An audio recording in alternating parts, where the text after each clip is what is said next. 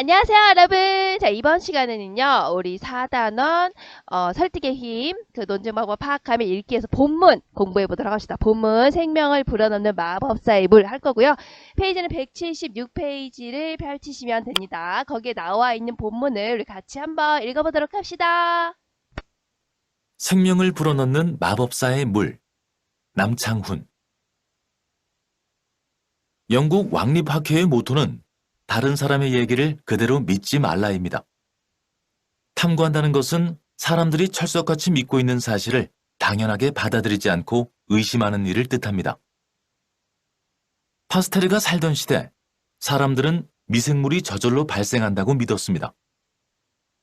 권위 있는 학자들도 예외는 아니어서 이러한 믿음을 학설로 굳혀놓기까지 했습니다. 하지만 파스테르는 권위에 따르지 않고 실험을 통해 반론을 폈습니다. 파스테르는 멸균하지 않은 육즙은 발효되었지만 멸균한 육즙은 발효가 일어나지 않고 원래의 맛과 모습을 계속 유지한다는 사실을 알아냈습니다. 생명이 없는 육즙이 변형되어 생명체인 미생물이 발생하는 것은 불가능하다는 사실을 보여준 것이죠. 미생물이 무생물로부터 자연적으로 발생하는 것이 아니라 사람처럼 생명을 지닌 고유한 존재라는 사실을 입증했습니다. 의심은 마법사의 물과 같습니다. 의심하는 순간 죽어있던 진실이 생명을 얻고 살아나기 시작하니까요. 그렇다고 밑도 끝도 없이 의심만 해야 한다는 이야기는 아닙니다. 모두가 옳다고 주장하는 이야기라도 틀릴 수 있다는 사실을 잊지 말아야 한다는 것입니다. 우리 주위에는 당연한 상식이 되어 우리의 생각을 지배하고 있는 믿음들이 있습니다.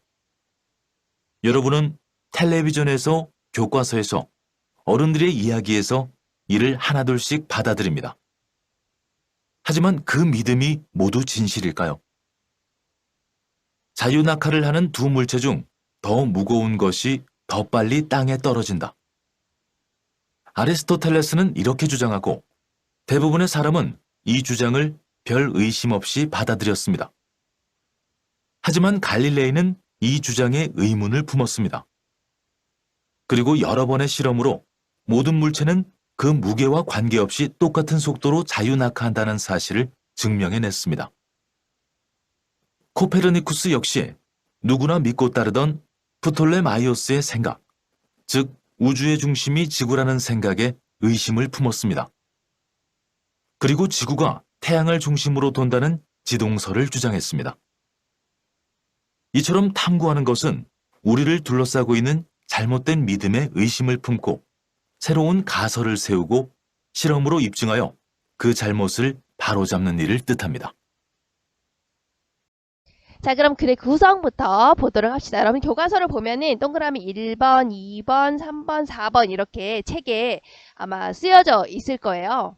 여기 이렇게 써있죠. 이렇게 1번, 2번, 3번, 4번 이렇게. 자, 여기 이 번호를 가지고 세 부분으로 나누어 보도록 할게요. 이 글은요, 이제 세 부분으로 나뉘거든요. 처음, 중간, 끝. 그거를 여러분들 먼저 한번 나누고 같이 보도록 합시다. 그래서 처음 1문단 동그라미 1번은요 처음 부분이 되는 거예요. 그래서 거기서 영국 왕립학회의 모토를 바탕으로 이 내용은 이제 지금부터 하도록 할게요. 일단은 여러분들 이거 부분만 나누세요. 처음 1문단이 처음 부분이구나. 탐구하는 것의 의미 나오고 이제 2번부터 7문단까지가 중간 부분에 그래서 얘들이 나오고 이제 끝에 해당되는 게 8번 문단이 나오고 거기서 이제 여기서 말하고 싶은 작가가 말하고 싶은 탐구한다는 것의 의미에 대해서 나타나고 있어요. 자, 그러면 이제 본격적으로 우리 같이 본문 들어가 보도록 합시다. 자, 처음 부분을 보시면 1번에서 영국 왕립 학회라는 것이 있는데요. 여기선 자연과 기술에 대한 지식과 철학을 연구하는 영국의 학회예요. 자, 여기에서 뭐라고 말을 했었냐? 자, 일단 이 집단이 어떤 것인지 알아야겠죠? 한번 같이 한번 보도록 합시다. 자, 영국 왕립 학회는요, 굉장히 자연과 기술에 대해서 지식과 철학을 연구하는 영국의 학회인데 굉장히 권위가 있는 곳이에요. 그래서 우리나라도 가끔 이제 이렇게 뉴스에 나오거든요. 영국 왕립 학회에 이제 여기 회원이 됐다는 것만으로도 이슈가 되기도 한답니다. 이상엽 카이스트 특훈 교수와 김빈내리 서울대 석좌 교수가 한국인 최초로 영국 왕립학회 외국인 회원으로 선정됐습니다. 이상엽 특훈 교수는 미생물 유전자를 설계해 화학물질을 생산하도록 하는 시스템 대사공학 창시자며 김빈내리 석좌 교수는 유전 정보를 담은 RNA 분야 세계적 석학으로 알려졌습니다. 영국 왕립학회는 아이작 뉴턴과 찰스 다윈 등 저명한 과학자들이 회원으로 활동한 세계 최고 권위의 학술 단체로 현재까지 280여 명의 노벨상 수상자를 배출했습니다. 자, 이거 보니까 권위가 있다는 거 아시겠죠? 와우! 이렇게 굉장히 권위가 있는 것이라는 거 아시겠죠? 작가가 자신이 지금 탐구한다는 것은 이런 것이야. 이것을 얘기하고 싶은데요. 자기가 혼자 주장을 하게 되면 자기가 하는 말에 대해서 어떤 신뢰도나 그런 것들이 그렇게 높지가 않잖아요. 하지만 이게 유명한 데서 내가 말한 것을, 내가 생각하는 탐구한다는 것을 이렇게 똑같이 얘기했다고 이렇게 얘기를 한다면, 가서 끌어다가 쓴다면, 그 얘기했다는 것을 끌어다가 쓴다면 어떻게 되는 거야? 굉장히 신뢰도가 높아지죠? 굉장히 타당성이 높아지죠? 설득력이 있죠? 자, 그래서 사용을 하고 있는 거예요. 자, 이렇게 권위 있는 곳에 있는 의견을 끌어다 쓰는 것을 무엇이라고 합니까? 바로 인용이라고 하는 거예요. 자, 그래서 영국 왕립학회의 모토는 다른 사람의 얘기를 그대로 믿지 말라라고 얘기를 했다는 거예요. 자, 모토라는 것은 살아나가거나 일을 하는 데 있어서 표어나 신조 따위로 삼는 말, 나의 신조 같은 거. 그래서 영국 왕립학회에서 이게 신조였다는 거야. 다른 사람의 얘기를 그대로 믿지 말라. 그러니까 의심을 계속 해보라. 이런 얘기를 거기서 했다는 거예요. 그래서 이게 작가가 얘기하고 싶은 부분이 여기 파란색 부분이에요. 그렇구나. 탐구한다는 것은 사람들이 철석같이 믿고 있는 사실을 당연하게 받아들이지 않고 의심하는 것을 탐구한다고 하는 거구나. 그러니까 사람들이 일반적으로 믿고 있는 사실을 그거 아니거든! 이런 식으로 의심하는 것을 우리가 뭐라고 한다? 바로 탐구한다고 얘기를 한다는 거예요. 그래서 처음 일문단의 내용을 보시면 영국 왕립학회의 그 모토, 신조를 바탕으로 해서 살펴보는 즉 탐구한다는 것의 의미를 얘기를 하고 있죠. 그리고 일문단의 특징은 뭡니까? 여기서 사용된 표현 방법은 바로 권위 있는 기관의 말을 끌어다 썼으니까 인용의 방식을 쓰고 있죠. 인용의 방식을 쓰고요.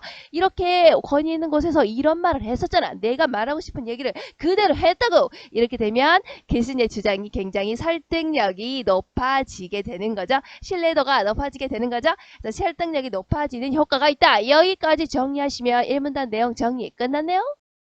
자, 2, 3문단은 바로 파스텔의 예시가 나오는데요. 관련된 영상 같이 보도록 해요. 자, 이 파스텔의 실험도요. 많은 것을 바꿔놨는데요. 자, 그거 한번 영상으로 같이 보도록 합시다. 생명이 자연적으로 발생한다고 믿었던 당시 사람들은 미생물들이 바로 그 증거라고 생각했습니다.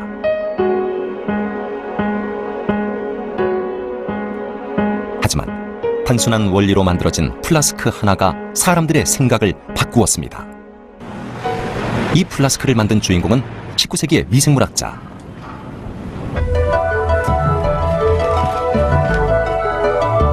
당시 포도주의 발효를 연구하고 있던 루이 파스테르입니다.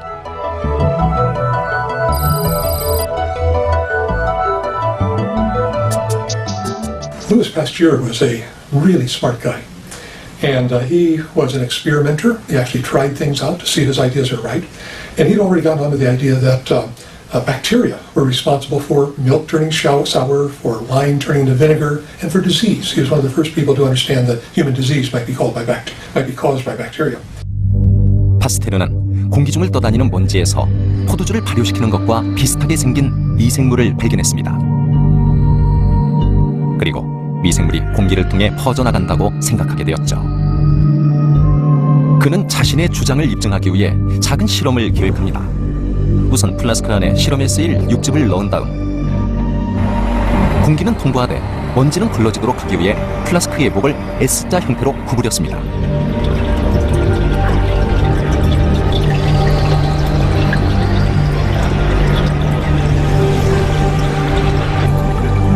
그리고 내부의 미생물을 제거하기 위해 플라스크 안의 육즙을 몇 분간 펄펄 끓였죠.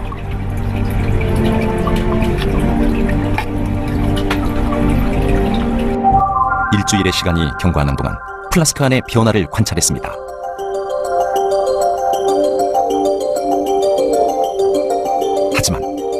육즙에서는 아무것도 발생하지 않았습니다. 그런데 플라스크의 S자 입구를 잘라내자 불과 며칠 만에 육즙이 썩기 시작하며 미생물이 발견됐습니다. 이 실험을 통해 파스테르는 생명체가 자연 발생하는 것이 아니란 사실을 증명한 것입니다.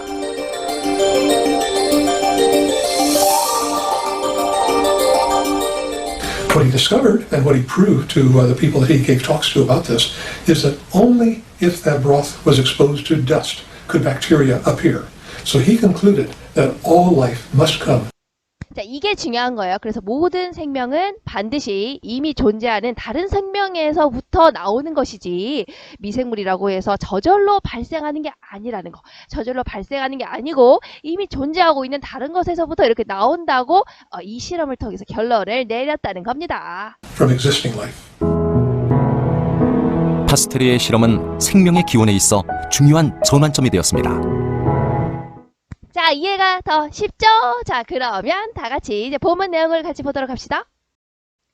자, 그러면 영상 본 거를 바탕으로 해서 여러분들 여기 2, 3문단의 내용을 같이 보도록 합시다. 2, 3문단은요. 바로 파스테르의 예를 들고 있어요. 파스테르의 미생물 발생 탐구 사례를 들고 있죠.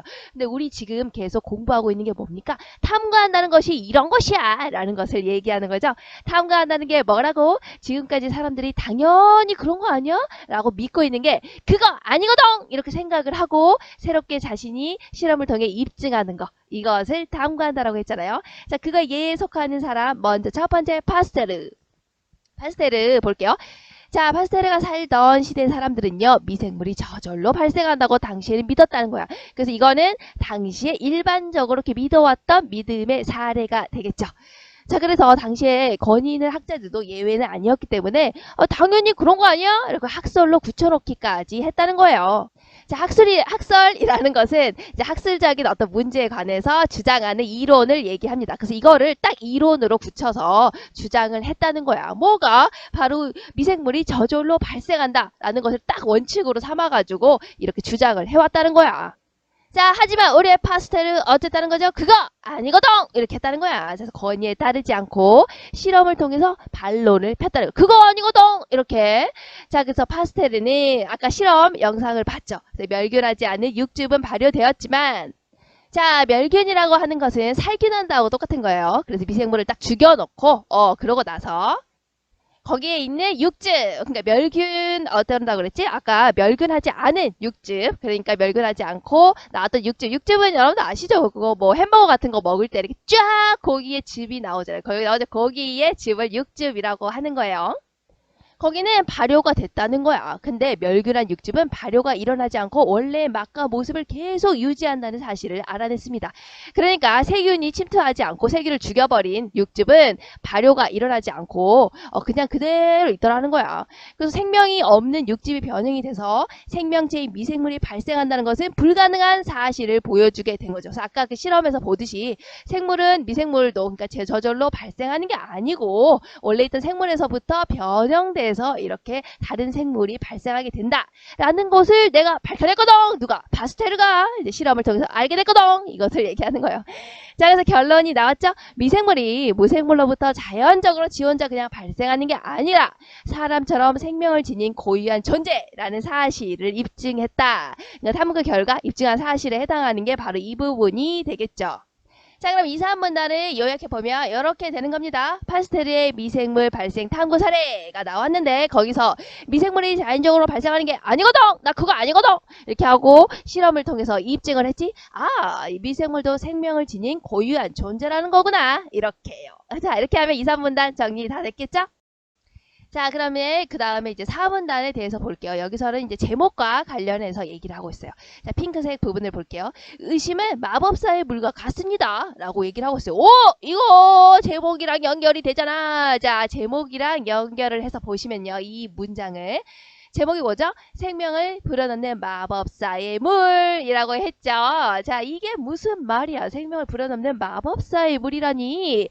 자, 우리가 방금 얘기했죠? 원래 그 당시에 믿고 있었던 그냥 당연하게 생각했던 그런 믿음에 대해서 내가 뭘 한다고 의심을 하고 그거 아니거든 이렇게 하는 거, 반론을 제기하는 거 그거 아니야. 그리고 내가 실험을 통해서 입증하는 거지. 그렇게 되면 어떻게 된다고? 숨어져 있던 진실이 뿅 하고 나타나게 되는 거잖아. 미생물이 자연적으로 발생하는 게 아니고 다른 생물로부터 다른 생물이 이렇게 발생하게 되는 거야 라는 것을 내가 알게 됐잖아. 그렇지? 자, 그게 마치 마법 같다는 거야. 그러니까 아무것도 아니었던 물에 내가 마법처럼 의심을 뿅 집어넣는 순간 그 물이 뿅 변해가지고 의심을 통해서 죽어있던, 속에 담겨져 있던 진짜 진실이 깨어나는 거, 그 과정이 마치 마법 같다는 거랍니다. 그래서 생명을 불어넣는 일이 바로 의심을 하는 거고요. 탐구한다는 거고요. 그걸 통해서 우리가 이제 원래 담아져 있던 진실이 깨어나는 거기 때문에 그것을 마법사의 물이다, 마치 마법과 같다 라고 이렇게 표현을 한 거죠. 자, 그러면 이거를 우리가 비유적으로 지금 표현하고 있죠?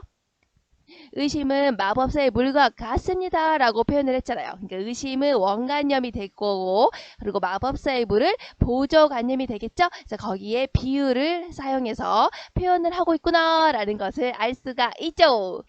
자, 보시면 자, 의심을 하는 순간, 자, 뒤에 나와 있죠. 여기 귤색으로 되어 있는 부분을 보시면 의심을 마법사의 물에 빗댄 이유가 나와 있어요. 뭐냐? 의심을 하는 순간 죽어있던 진실이 생명을 얻고 뻥 하고 살아나기 때문이니까요. 선생님은 마법사의 물 하니까 요즘은 생각나던데 의심을 통해서 새로운 진실이 깨어나는 그런 느낌하고 비슷하지 않아요? Alohomora. 이렇게. Alohomora. 자, 그러면 이 표현이 이제 이해가 되죠? 자, 그렇다고 해서 밑도 끝도 없이 의심만 해야 된다는 이야기는 아닙니다. 그렇다고 해서 모든 것을 다 의심해라 뭐 이런 건 아니라는 거야. 자, 작가가 말하고 싶은 건요, 마지막에 여기 빨간색 부분으로 선생님이 표시해놨죠? 뭐라고 했니? 모두가 옳다고 주장하는 이야기라도 틀릴 수 있다라는 사실을 잊지 말아야 한다는 것입니다. 이게 바로 글쓴이가 전달하고자 하는 거예요. 그러니까 모두가 맞다라고 해도 그거 아니거든! 이럴 수 있다라는 것을 잊지 말아야 된다라는 거죠. 자, 그럼 4문단에 있는 내용을 요약해보자면 여기 의심을 마법사의 물에 비유했다. 이제 그게 가장 중요한 표현법이었죠. 의심으로 죽어있던 진실이 생명을 얻는다는 사실을 효과적으로 드러내고 있다. 이 표현에서. 그래서 제목이랑 연결시켜서 보면 되겠죠. 제목인 생명을 불어넣는 마법사의 물이라는 것은 죽어있던 진실이 생명을 얻고 살아나게 하는 역할을 하는 것이 뭐라고? 의심이라고. 그러니까 죽어있던 진실이요, 의심을 만나는 순간 뿅 하고 마치 마법처럼 생명을 얻고 살아난다 라는 것을 나타내고 싶어서 이렇게 비유적인 표현으로 나타내고 있는 거예요. 자, 5번 문단을 볼게요. 우리 주위에서는 당연한 상식이 되어 우리의 생각을 지배하고 있는 믿음들이 있습니다. 그래서 여러분들 당연하게 생각하고 있는 거 있죠? 여러분들 생각할 때 학생은 반드시 공부를 해야만 한다. 뭐 공부를 해야만 훌륭한 사람이 될 수가 있다. 뭐 이런 식으로. 그렇죠? 근데 그럴 가능성이 높은 거지 꼭 그런 건 아니잖아요. 그렇죠? 여러분들. 자, 그런데 이런 것들을 우리가 당연하다고 믿고 있는 믿음들이 있다는 거야. 왜 그럴까? 여러분들은 텔레비전에서 세뇌당하고 교과서에서 세뇌당하고 어른들의 이야기에서 이것들을 세뇌당했다는 거야. 자, 그러면서 작가가 하고 싶은 말이 여기 나와 있죠. 하지만 그 믿음이 모두 진실일까요? 이렇게 질문을 던지고 있죠. 자, 여기서 말하고 싶은 거는 이 문장에서 작가는 일반적으로 믿어오고 있는 그 상식과 믿음, 그게 진실일까요? 라는 의문을 제기하고 있어요. 자, 그래서 어문단의 내용을 요약해보면, 자, 방금 얘기했죠? 하지만 그 믿음이 모두 진실일까요? 자, 여기서는 우리가 그동안 믿어왔던, 당연하다라고 생각했던 상식과 믿음에 대해서 의문을 제기하고 있는 부분입니다. 자, 그 다음에 6번은요, 바로 갈릴레이의 예시가 나와 있어요. 뭐겠니? 갈릴레이도 역시 그동안 당연하게 믿어왔던 것, 그게 아니거든! 그거 아니거든! 이렇게 하고 자신이 실험을 통해서 증명하는 얘기 나오겠죠? 탐구하는 것을 의심을 하는 거니까요. 여러분, 갈릴레이의 요 자유낙하 실험에 관해서 우리 영상 한번 보고, 그 다음에 내용을 공부해 보도록 합시다.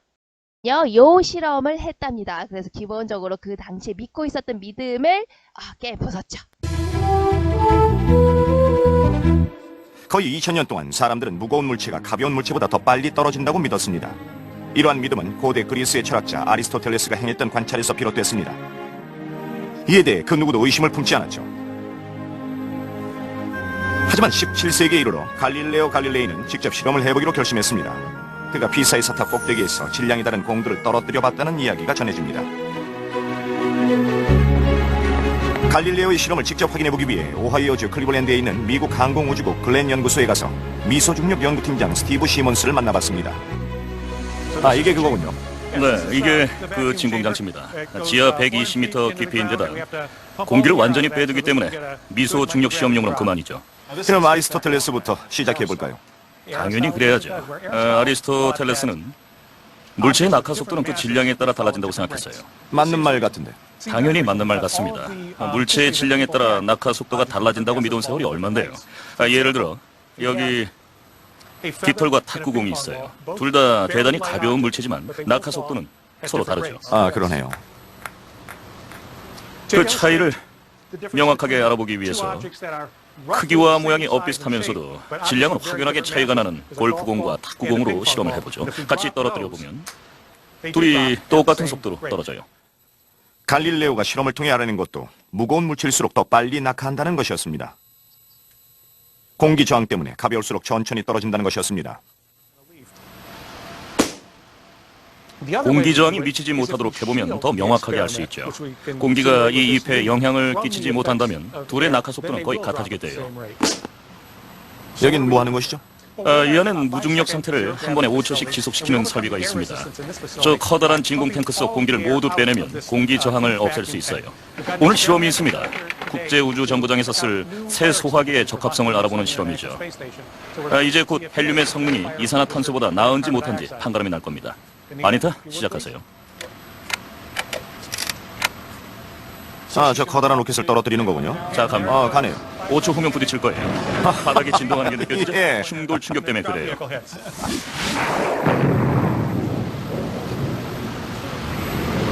이제 진공실 밑바닥으로 내려가서 실험 과정을 되짚어 볼 거예요. 결과도 볼게요. 예, 좋죠. 이런 갈릴레오의 시도는 과학사 일대 전환점이었습니다. 그때부터 기존의 학설이 실험을 통해 검증받기 시작했던 것이죠. 가속도가 중력 때문에 생긴다는 것이 밝혀진 것도 갈릴레오의 자유낙하 실험 덕분이었습니다. 동부 표준 시간으로 오전 9시 34분에 발사됐습니다. 우린 그 중력을 400년이 지나서야 극복했습니다. 왼손엔 깃털을 들었고 오른손엔 망치를 들었어요. 이제 이것들을 떨어뜨릴 건데 동시에 바닥에 닿았으면 좋겠군요. 어떻습니까? 어떤가? 갈릴레오 선생이 옳았네요. 자, 갈릴레오 선생이 옳았네요. 그렇죠. 자, 뭐라고 했지? 공기에 저항이 없다면 가벼운 거든 무거운 거든 똑같이 떨어진다라는 걸 증명했다는 겁니다. 대단하지 않습니까? 자, 이해하기 쉽죠? 자, 6번을 보도록 할게요. 자유낙하를 하는 두 물체 중에 더 무거운 것이 더 빨리 땅에 떨어진다. 누가 얘기했다고요? 아리스토텔레스가 얘기했다고요. 자, 그래서 그 당시에는 이 아리스토텔레스의 말을 다 믿고 있었다고요. 자, 그래서 자유낙하를 하는 여기서부터 여기까지가 당시에 믿었던 일반적인 믿음의 예가 되는 겁니다.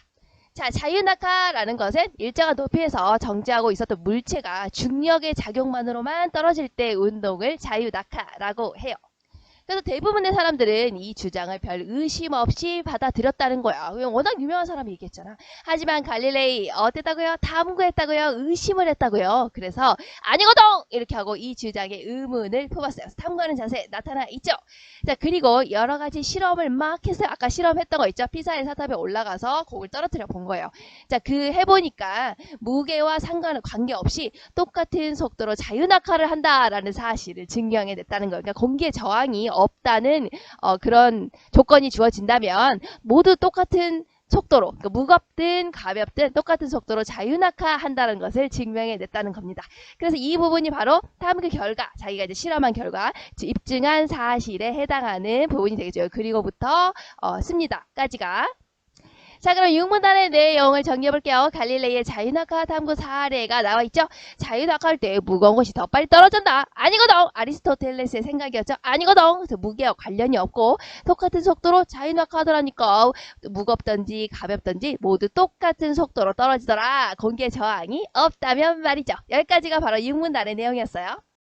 자, 그 다음 7번 볼게요. 코페르니쿠스 역시 누구나 믿고 따르던 프톨레마이오스 요거 있죠. 요거 7번. 자, 이 코페르니쿠스의 예 역시 영상을 한번 보고 시작해보도록 해요.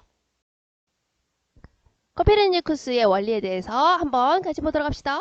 자기중심적으로 생각하는 것은 어쩌면 당연한 일입니다. 특히 과학이 발달하지 않았던 시기에는 종교와 사상의 영향력이 막강했고 이로 인해 사람들은 자연현상을 주관적으로 해석하곤 했습니다. 달이 태양을 가리는 일식현상이 나타나면 하늘이 인간에게 화가 났다고 여겼으며 큰 유성이 떨어지면 위대한 인물이 숨을 거뒀다고 생각했습니다. 가뭄이 계속되면 기우제를 지내 비를 내려달라 빌기도 했죠. 중세 유럽은 지구가 우주의 중심이라 생각했습니다. 프톨레마이어스의 우주 모형을 보면 지구가 우주의 중심이고 태양과 달과 별들이 지구 주위를 돌고 있습니다. 대지는 단단하고 고정된 반면 천체들은 매일같이 뜨고 지기를 반복했기 때문입니다. 따라서 우주의 한가운데 지구가 있고 창조된 만물이 그 주위를 돈다고 생각했습니다. 프톨레마이어스의 우주 모형은 가톨릭 교회의 지지를 받았고 1000년 동안 천문학의 진보를 가로막는 데 기여를 했습니다. 1543년 폴란드의 천문학자 코페르니쿠스가 저서 천체의 회전에 대하여를 펴냅니다. 그는 태양이 우주의 중심이며 지구는 하나의 행성으로 태양으로부터 세 번째 자리에서 완전한 원 궤도를 돈다고 주장합니다. 이처럼 우주에서 지구는 특별하지 않다 혹은 지구는 우주의 중심이 아니다는 것을 코페르니쿠스 원리라고 부릅니다. 최근에는 지구 대신 인류는 특별하지 않다는 뜻으로 쓰이기도 합니다. 책이 나온 후 태양이 우주의 중심이라는 지동설은 천문학자 케플러, 과학자 갈릴레오에 의해 재확인되었습니다. 이제 우주의 중심은 태양이며 수성, 금성, 지구, 화성, 목성 등이 그 주위를 돌고 있다고 믿게 되었습니다. 1920년대 들어 지동설에 대한 믿음은 다시 무너집니다. 미국의 천문학자 할러 제플린은 태양이 우리 은하 중심에서 수만 광년 떨어진 변두리에 위치한 것을 발견했기 때문입니다. 나아가 에드윈 허블은 우리 은하 밖에 수많은 다른 은하가 있다는 사실을 발견합니다. 1000억 개의 별과 그보다 훨씬 많은 행성을 거느린 우리 은하는 보이는 우주 안에 있는 수천억 개의 은하 중 특별하지 않은 은하 하나에 지나지 않았습니다. 자, 그럼 지문으로 다시 돌아와서 코페르니쿠스 역시 어떠다고요? 지금까지 믿어왔던 사실에 그거 아니거든! 하고 자기가 실험과 그런 것들을 통해서 증명을 해냈다라는 것이 나오는 거예요. 자, 코페르니쿠스 역시요. 그 당시에는 어땠다고? 아까 선생님이 영상으로 보여줬죠? 당시에는 누구나 프톨레마이오스의 생각을 믿고 있었다고요. 우주의 중심이 뭐라고? 지구라고요. 지구가 우주의 중심이라고요. 지구가 우주의 중심이고 그 둘레를 돈다라고 하는 천동설을 주장을 했었죠. 자, 그런데 코페르니쿠스가 그거 아닌데 아니거든 하고 의심을 품었다는 거예요. 자, 의심 품은 거 탐구하는 자세 나와 있죠. 자, 그리고 나서 자신이 실험과 여러 가지 관찰을 통해서 아니에요. 지구가 태양을 중심으로 돈다라는 지동설을 주장을 했죠. 태양이 중심이고 지구가 돈다라는 것을 나타낸 거였어요. 지구가 도는 지동설을 주장하게 된 거예요. 그러니까 더 이상 지구가 뭔가 특별한 존재가 아니다라는 것을, 지구도 하나의 행성에 불과하다라는 것을 밝혀냈다는 거죠. 그래서 지동설이라는 것은 지구는 자전하면서 태양의 주위를 돈다는 설을 말합니다. 그러니까 태양이 중심이고 지구가 그 주위를 돈다라는 거죠. 지구가 더 이상 특별하지 않다라는 것을 얘기하기도 해요. 자, 그러면 칠문단의 내용을 요약해보면 이렇게 되겠죠. 코페르니쿠스의 지동설의 탐구 사례 예를 들어서 우주의 중심은 지구가 아니거든. 자, 나 그것을 실험과 관찰로 인해서 지동설이야. 태양이 가운데 있고 지구가 도는 거야 라는 것을 주장했다. 이게 칠문단의 내용이었네요. 자, 그러면 마지막에 이제 이 작가가 말하고 싶은 결론이 나와 있겠죠. 끝부분 8번입니다.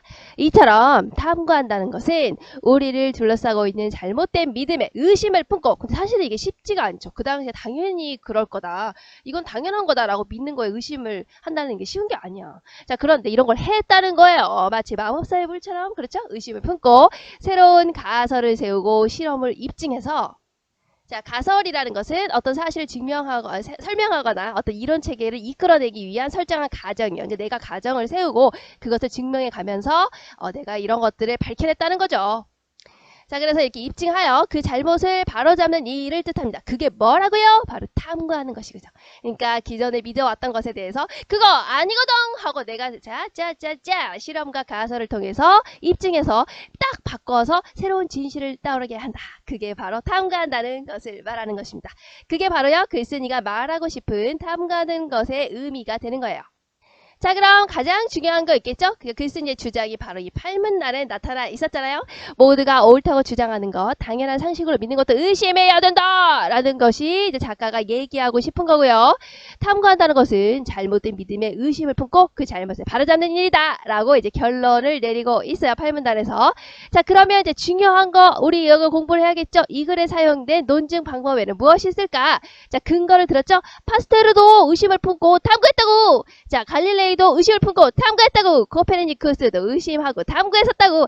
아, 이런 개별적인 사례, 구체적인 사례를 통해서 주장이 나왔죠. 야, 파스텔레이의, 갈릴레이의, 코페르니쿠스의 예를 보니까 그렇구나. 일반적으로 탐구한다는 것은 바로 이 예들처럼 잘못된 믿음에 의심을 품고 그 잘못을 바로잡는 일을 말하는 거구나 라고 하는 일반적인 결론에 도달하게 됐죠. 자, 그러면 어떤 논증 방법이 쓰인 겁니까? 구체적인 것에서 일반적인 것으로 갔으니까 그렇죠. 바로 기납의 방식이 쓰인 거죠. 선생님만 대답한 게 아니고 여러분 다 알고 있는 거겠죠? 자, 그래서 여기서는 기납의 방식이 쓰였다. 여기에 별표를 마구 이렇게 들려주시면 되겠네요. 자, 이 글은요, 어땠어요? 굉장히 과학적인 글이었고, 그리고 논리적이고, 특히 논리적인 글에서 논증을 해가는 방식이 귀납적으로 이어지는 글이었죠? 그리고 과학자들의 여러 가지 탐구의 사례를 들었고, 파스텔르, 갈릴레이, 코페르니쿠스, 그리고 주제는 당연하다고 믿는 사실을 의심하는 것에서 시작하는 탐구난, 이런 것이다 라는 것을 얘기하고 싶었던 거예요. 자, 특징은 뭐였지? 이거 1문단에 있었죠? 영국 왕립학회의 모토인 그 신조를 인용해서 주장을 뒷받침했다. 특히 파스텔르, 갈릴레이, 코페르니쿠스의 구체적인 사례를 제시해서 주장을 이끌어내는 일반적으로 이런 것이 탐구하는 것이야 라고 하는 일반적인 원리로 나아갔으니까 바로 귀납 논증이 사용이 되었네요. 자, 그럼 여기까지 하면 여러분들 그거 생명을 불어넣는 마법의 물 완벽하게 끝냈어요. 자, 그럼 다음 시간에 만나도록 해요. 안녕.